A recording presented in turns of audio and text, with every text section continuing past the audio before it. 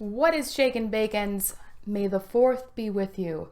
I come to you on this holiest of days just to say hi and say what's up. Obviously, this is a little less formal than normal. That rhymed. Hey. I've got the green screen over here. It's not set up. I actually have been working all day today. I've put in about, I think it's over 50 hours this week at my full-time job. So I'm sorry for having such an informal video that you're getting.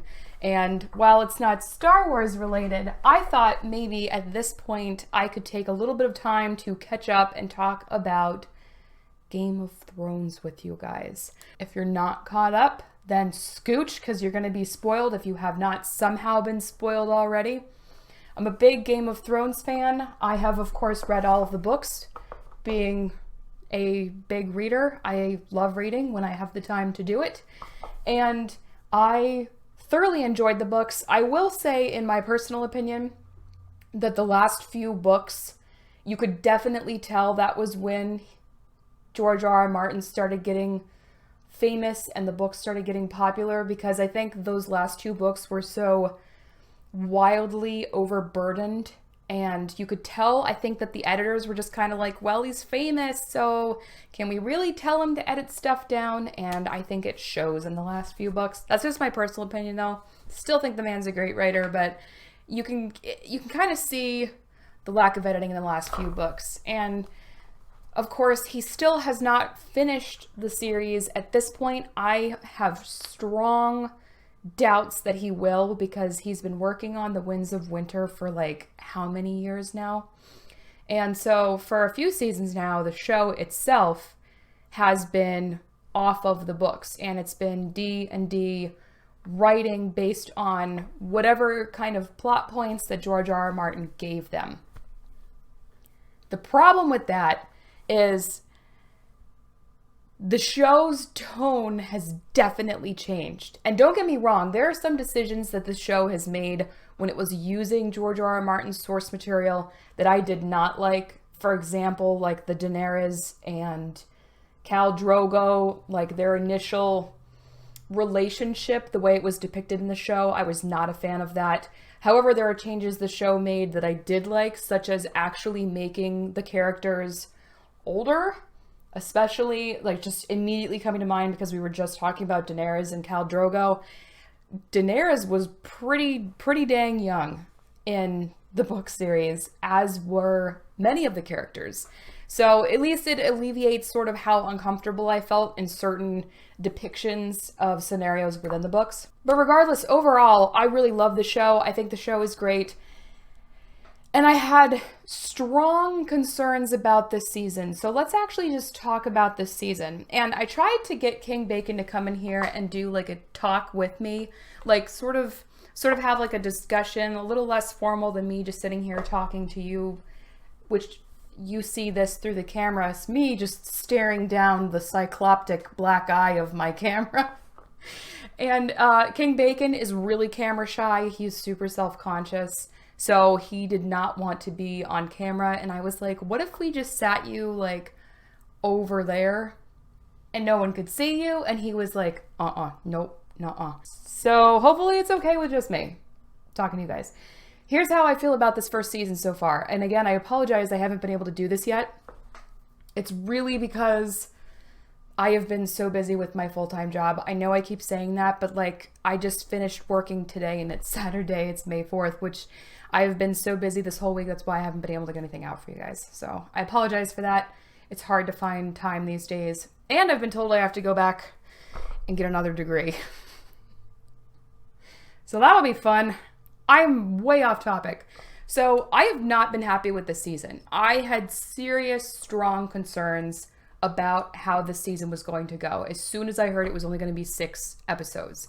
So right off the bat, first of all, why only 6 episodes? Why is that? I want to know. You have the budget, you have the viewership.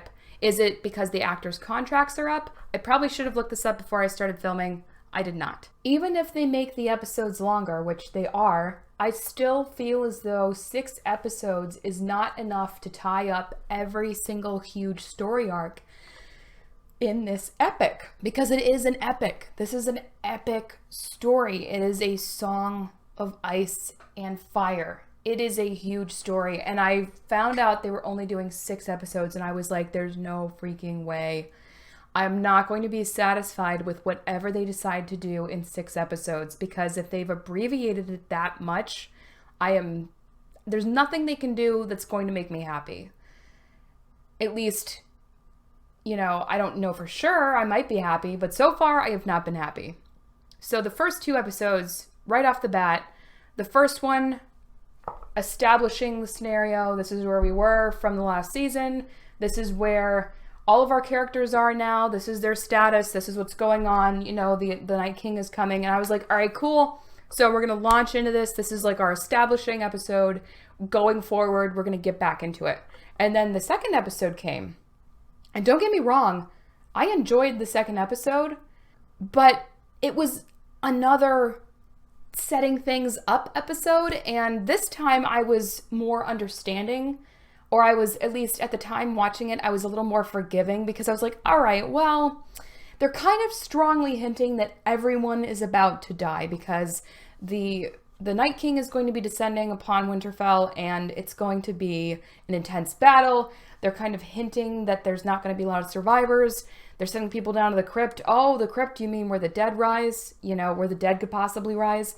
So I was like, all right, so I get that, like, maybe it's just like the swan song for the characters and like the setup, but that instead of those 2 episodes should have really just been 1 episode, in my opinion. And then we have episode 3, which came out last Sunday, The Long Night. I genuinely felt watching that episode the way I felt watching The Last Jedi. That is how I felt watching that episode. It was so disjointed and horribly directed and horribly written. And I'm not going to argue that the cinematography was not gorgeous, because it was, when you could see, when it wasn't dark as fuck. And I'm not going to argue that the best part of that episode was the music. The score was phenomenal. As soon as the score started, I got chills. I had chills the whole episode from the music. Aces on the score. I don't have complaints about the acting. I think the actors did the best job that they could with what they have. The problem is the writing and the directing were so disjointed in this episode, and I don't know if it's because they were trying to cram it into 1 episode, but it was just horrific. That has got to be one of the worst episodes I have ever seen in this series. And it was so damn unsatisfying that it is almost unbelievable to me the way The Last Jedi was to me. The battle plan made absolutely no sense. Which, speaking of which, the director, D&D, after the episode on the little HBO short, discussed how their plan was to lure out the Night King. When was that discussed in any of the other episodes? Were we just supposed to gather that from their incredibly dark, horribly shown visuals where Dany and Jon were just standing on the cliff watching everyone? They just obliterate the Dothrakis, which a lot of this series was Daenerys winning them over and then bringing them across the ocean, completely obliterated. Our boy Bobby, King Bobby B, he was like, you never meet the Dothraki on an open field. Well, the Dothraki went out on the open field and were apparently tidal waved, because I guess that's a thing now. Tidal waved by dead people. And then right after that, all of the Unsullied. Yeah, let's not fortify Winterfell at all. Let's not dig trenches. Let's not intelligently organize our forces. No, we're just going to literally spread everyone out in this really thin, long line to meet the oncoming darkness, and then we're going to send them off to just die. It honestly, I don't understand. And then half of the episode was just Daenerys and Jon flying around like, huh? I can't see anything, idiots. And then Jon lands on the castle, and he just lets them all be slaughtered. And where the hell did Melisandre come from? She rode toward them from the enemy lines. Where the frick did she come from? I realized I'm yelling. I just did not understand this episode in the slightest. There were scenes where they lingered for a really long time on a bunch of randos, extras getting just absolutely massacred by the zombies, which, again, medieval warfare, didn't they say you could hold Winterfell against like 10,000 men or something like that? So even if there had been more or up to that number of dead people attacking them, how did they not deploy any of the standard defensive tactics that they could have? And then the whites did not catch on fire the way they traditionally did. None of them were intelligently like forming up any kind of defensive posture. This the whole thing doesn't make any sense to me. And then in the middle of it, you have something that feels completely disjointed where Arya is just sneaking through the records room, and it felt like a horror movie had somehow been pasted into the middle of Game of Thrones. And granted, my heart rate was up watching that because it was very skillfully shot and I was full of anticipation. But dude, like, it's not the same.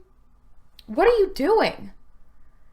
That, I can't comprehend why that was included. I'm just so confused by this whole episode. Every character acted in the most asinine manner possible.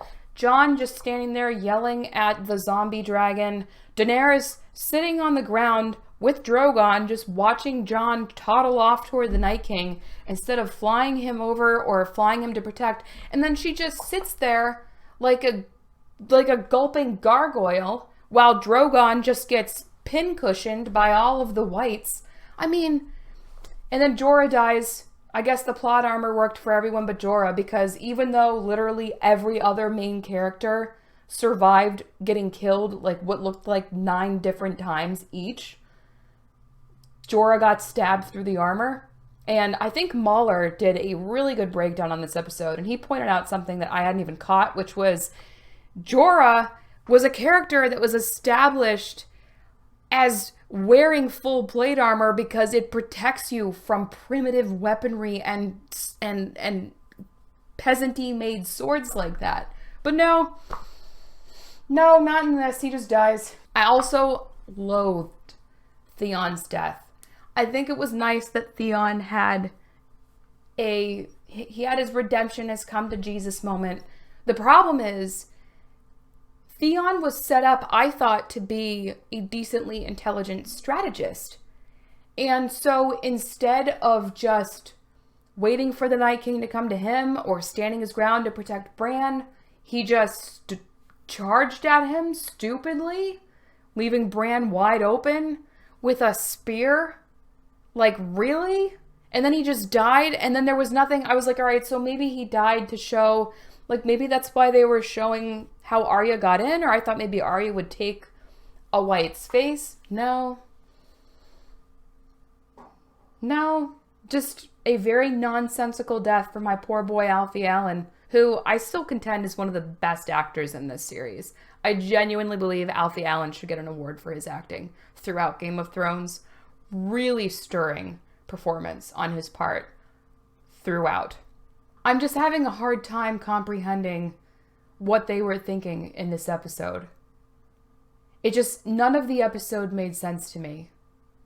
I don't understand how all of the main characters could have died like 50 times, because we saw them and then they kept cutting away. The director just kept cutting away. And then the whole episode was so damn dark. You could barely see any of what was happening. It was dark. They had the blizzard going in, and I was watching it and I was like, is this how they're saving money on the CG? They're just making it so blurry and grainy that you can't really make out any details anyway. We thought that maybe the streaming quality was horrendous, but then in the few scenes where they actually lit a little bit of fire, it was very obvious that the quality was at its peak, and we were like, so it's just crap. The quality of this episode is just crap. Cool. Oh my god, I just don't know. This was like, and I'm just so unsatisfied because the Night King dies, and I don't mind that Arya killed the Night King because I feel like George R. R. Martin was definitely setting her up in the book for some kind of epic ending. And the Night King's not in the books. but I don't mind that it was Arya. What I mind is how it happened.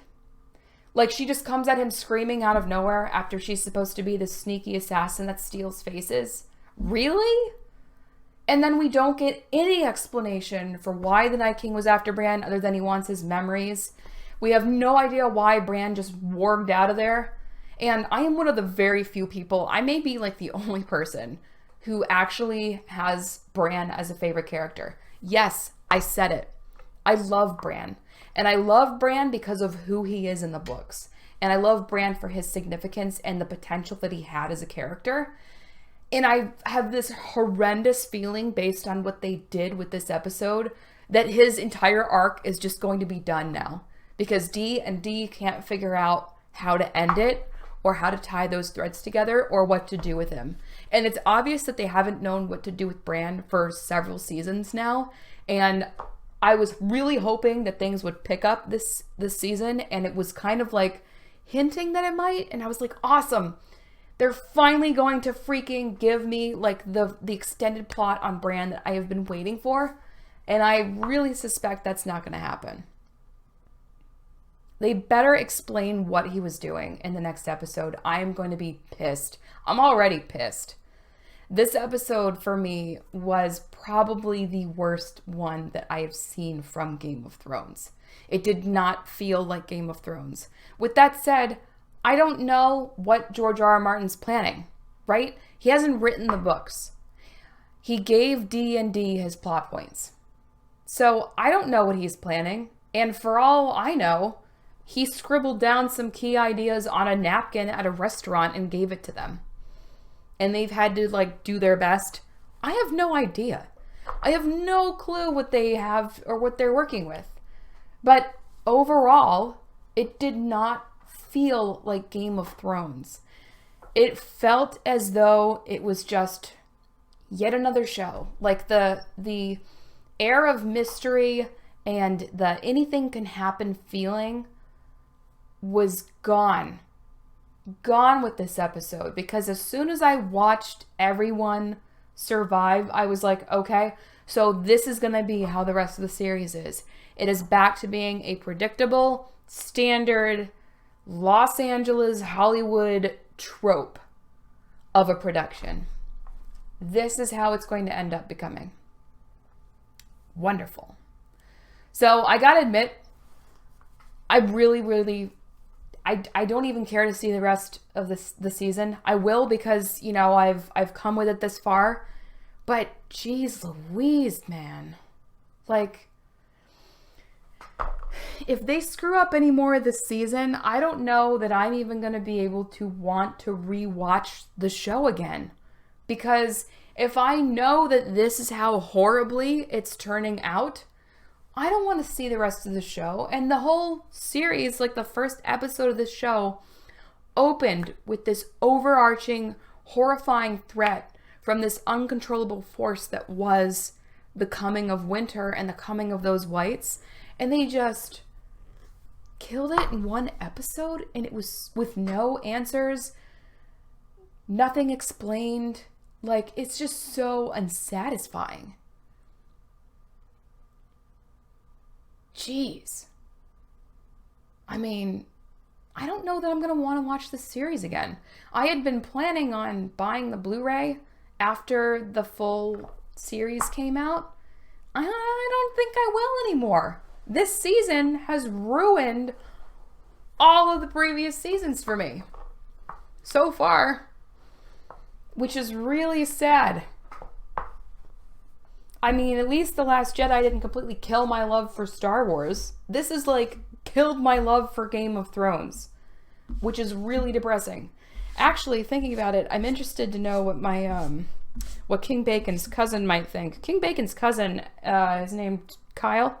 And he actually has a Game of Thrones podcast that won an award a few years ago. It's called A Podcast of Ice and Fire. I don't know if any of you have heard of it, but I've been listening to his podcast. He and his friends, his co-hosts, talk about the episodes after each one has aired. And I have not listened to them discuss this episode yet. So I think that would be really interesting. I think it's I think it's downloaded. I use Google Play to listen to podcasts, so it auto downloads podcasts for me, but I've been too busy, so I haven't listened to it. I'm interested to see what he has to say about this and what he and his co-hosts have to say about this, because it was honestly such a disappointment for me. And I'm not as obsessed with the books as I know he is. So I would be really interested to see what that group has to say. I'm going to have to listen to that. So that's how I feel so far about this season of Game of Thrones. And this video actually kind of reminds me of like one of my first videos on this channel before I had the green screen, and I am filming like at the end of a work day and I didn't have time to do my makeup or do my hair or really do much of anything. So thumbs up for old school Traveler's Warden. Anyway, I hope you're all doing amazingly. Don't forget to tell me how you felt about this season of Game of Thrones so far. And while it is not a Star Wars topic, I still want you to know that I hope may the 4th be with you today. I'll catch you later, Bacons.